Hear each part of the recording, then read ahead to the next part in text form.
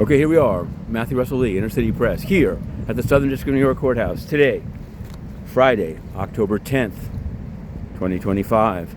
Now we're heading in to cover, it's getting down to the small tax on the Sudan genocide trial. Yes, genocide. Genocide in Sudan. Banque Nationale de Paris, BNP Paribas, and their role as the lone correspondent bank for the murderous regime in Khartoum.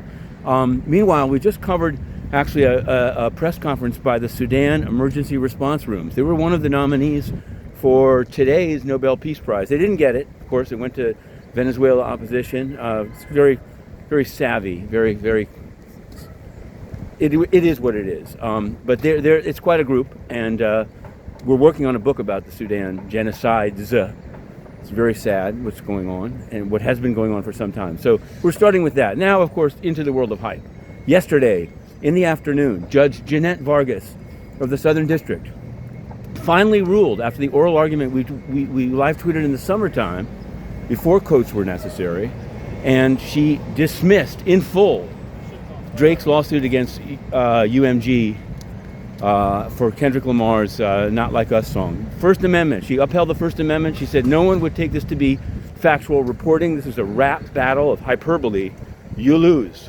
Now, I've heard that actually in New Jersey, in the gubernatorial race, there's going to be a defamation suit for something said in a debate. And I guess it's different, although some of these debates in politics are becoming kind of like rap battles. Okay. Badoomba. Moving right along. Yesterday, in the final, for now, stage of Senator Goldbar Bob Menendez's case, he got 11 years.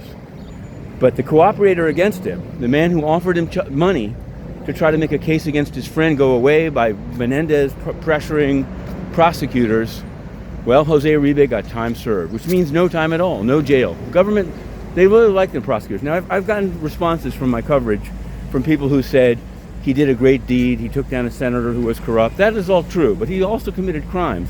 Seems like they might want to nuance it a little bit. I don't know. In any case, we live tweeted it, and you can be seeing it. We're going financial again as we reach Worth Street. Now, Fifth Third, Comerica, we're all over it. But there's a smaller one that we're also all over. First Merchants, First Savings. They're applied only to the FDIC, not to the Fed. And the FDIC, of course, is the agency which is trying to eliminate all public input. But First Savings is in the news today. Take a look at the Letitia James indictment. They're one of the financial institutions involved. Why a small bank in Jeffersonville, Indiana, is involved in that case is unknown.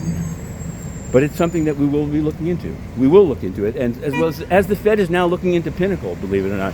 Pinnacle Synovus, they did some more questions, and we published them. You can find them. Finally, the United Nations. We have a scoop. We got the confidential coded cable of Mr. Jean-Pierre Lacroix, the head of UN peacekeeping, saying 15% cuts, and here's how you do it. There's a lot of dissension among the staff because the cronies, even Stefan Dujarric, the spokesman who refuses to answer press questions, tried to say, well, we can't cut the big guys without the approval of the member states, but you can cut the small guys. Anyway, we have it, and it's labeled confidential. I want to see if Dujarric can say, oh no, that memo was already public. There was no scoop by the organization that we have banned, because it's not true. We got a scoop. You can take it out. We published it. I'm going to do you a mayoral. Adams is out. Cuomo seems to be rising, but I don't know. I don't know what to say about that. And, well, we'll leave it there. If this is the last vlog of the week, have a good weekend. Inner City Press, on the case.